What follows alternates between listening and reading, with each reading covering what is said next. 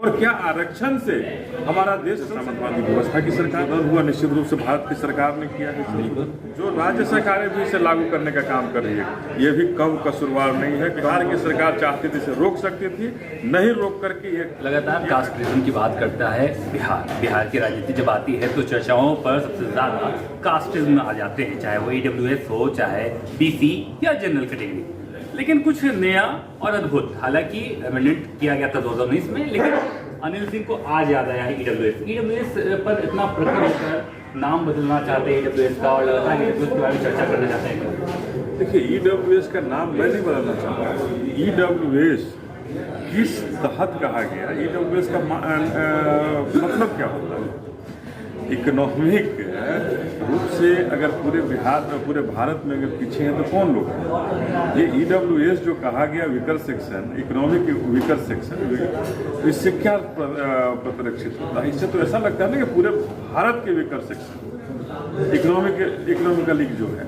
लेकिन जब इसमें जब लिखा गया कि नहीं, कुछ एक जाति जो सवर्ण है उनके लिए, तो फिर इसका मतलब है कि ये सवर्ण इकोनॉमिक ऑफेंस है ना, ये सवर्ण इकोनॉमिक वीकर सेक्शन है। तो इसे कैसे कहा जा सकता है इकोनॉमिक वीकर सेक्शन? इसे तो फॉरवर्ड वीकर सेक्शन करना ही चाहिए कि फॉरवर्ड के लिए है। अच्छा, ये मुझे बताइए कम समय में कि आपको EWS से दिक्कत है या EWS के नाम से दिक्कत है? मुझे बाबा साहब के जो संविधान के अनुच्छेद में 15 और 16 में जो संशोधन किया गया, जिसमें जहां सामाजिक रूप से जो पिछड़े लोगों के लिए आरक्षण की बात बाबा साहब ने कही, जिसे सैकड़ों साल से पढ़ने नहीं दिया गया, साथ बैठने नहीं दिया गया, उन्हें मुख्य धारा में लाने के लिए आरक्षण की व्यवस्था की गई।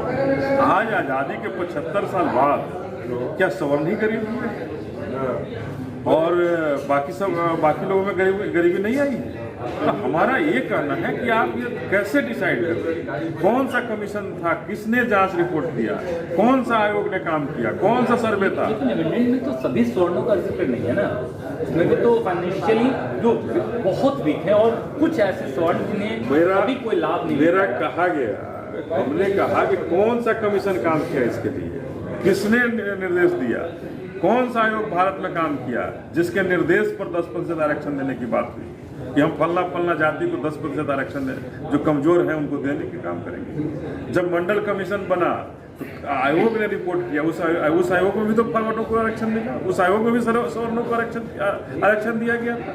लेकिन इसमें तो चिन्हित किया गया कि फलना जो सवर्ण है उन्हें ही दिया जाएगा।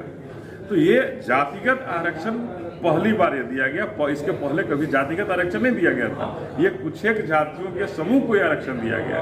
मंडल कमीशन में भी जो ये हुआ, कमंडल ने भी उसको रोका था। नहीं, कमंडल ने रोका, लेकिन मंडल कमीशन में बहुत सारी जातियों को दिया गया। एक समाज के जो पिछड़े लोग थे उनको आरक्षण की बात कही गई थी।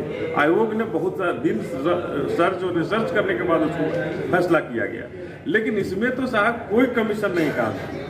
इसमें कौन सा सपना आया था जिनकी जनसंख्या ही 10% भारत में कही जाती है, और उनको आपने 10% कमजोर, उनमें कमजोर लोगों को 10% आरक्षण दे दिया? ये कहीं ना कहीं बाबा साहब के संविधान विरोधी कार्य है, भारत के संविधान के विरोध कार्य है, और इसके खिलाफ हम लोगों ने 6 तारीख को धरना देने का काम किया। कानून आया, संशोधन किया गया, इसके मुख्य जिम्मेवार किसे आप मानते हैं? देखिए, ये जो संशोधन हुआ निश्चित रूप से भारत की सरकार ने किया है, ये दोषी है इसके लिए। लेकिन इसके साथ बैठने वाले लोग, जो राज्य सरकारें भी इसे लागू करने का काम कर रही है, ये भी कम कसूरवार नहीं है, कम दोषी नहीं है। अगर बिहार की सरकार चाहती थी इसे रोक सकती थी, नहीं रोक करके ये जग जाहिर कर रही है। एनडीए की सरकार जब थी तो अनिल सर को याद नहीं आया, और जैसे ही महागठबंधन की सरकार बनी, जैसे ही तेजस्वी यादव ने कसीदे पढ़ने शुरू किए टू जेड वाली पार्टी की, उसके बाद अनिल सिंह को क्यों याद? नहीं, हमें तब तक ये था कि सुप्रीम कोर्ट, माननीय सर्वोच्च न्यायालय पहले भी इसे रोका था, इसे रोकेगा।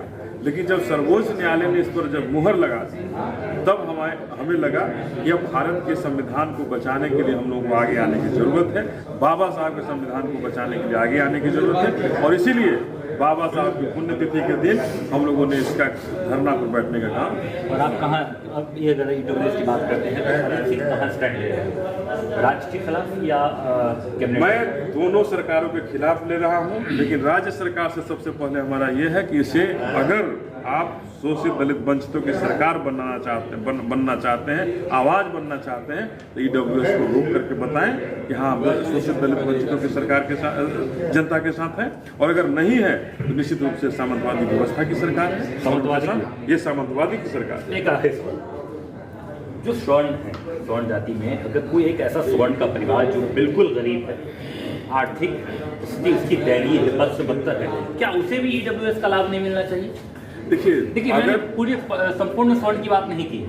अगर आप बिहार के नेता माने जा रहे हैं अपने आप को, बिहार के लोगों के लिए लड़ना चाहते हैं, जनताओं की बात करते हैं, तो अगर उनमें से कोई एक परिवार जद्दोजहद कर रहा है आर्थिक मंदी से, तो क्या उसके लिए भी ईडब्ल्यूएस उसके खिलाफ आप है? अब हमारी बात को आप गौर से समझिए कि सवर्ण वर्ग में बहुत कम ऐसी संख्या हो सकती है। मैंने बोला ना, नहीं, कहीं हम बता रहे बहुत कम ऐसी संख्या हो सकती है, लेकिन हमारे शोषित दलित वंचित परिवार में इसकी संख्या बहुत बड़े पैमाने पर होगी। और उसके लिए जब राज्य सरकार और भारत की सरकार नहीं सोच रही है, तो उसके लिए अगर कहीं संविधान में इतनी जगह होते हुए भी उन्हें उनका लाभ नहीं मिल पा रहा है, तो जहां आरक्षण का लाभ आर्थिक कभी संविधान में है ही नहीं, वहां कैसे हम गुजारिश कर सकते हैं? और क्या आरक्षण से हमारा देश चल सकता है?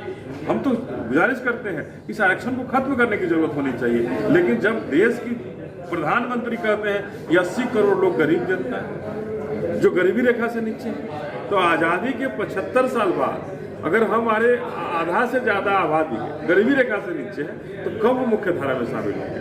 हमारा शोषित दलित वंचित परिवार मुख्य धारा में कैसे शामिल होगा? हमें चिंता इस बात का है कि हमारी इतनी बड़ी संख्या कैसे बिना झोपड़ी का रहता है, बिना खाए रहता है। बहुत ऐसा रात होता है जहां उन्हें खाना नहीं मिल पाता है। मुझे परिवार, चाहे किसी का परिवार हो, निश्चित रूप से उनके लिए पीड़ा है, और उनको खाना मिले, वो कैसे मकान पक्के मकान में आए, मैं उसकी व्यवस्था करना चाहता हूँ। बहुत शुक्रिया। हमारे साथ अनिल सिंह जी थे। उनका साफ कहना है कि ईडब्ल्यूएस और FEWS की चर्चाएं बाद में की जाएगी, पहले रिजर्वेशन क्या माने समझ लिया जाए। रिजर्वेशन आर्थिक स्थिति पर नहीं दी जाती है, हालांकि कहीं ना कहीं केंद्र सरकार से गलती हुई थी और अब राज्य सरकार उसे हामी भर रही है।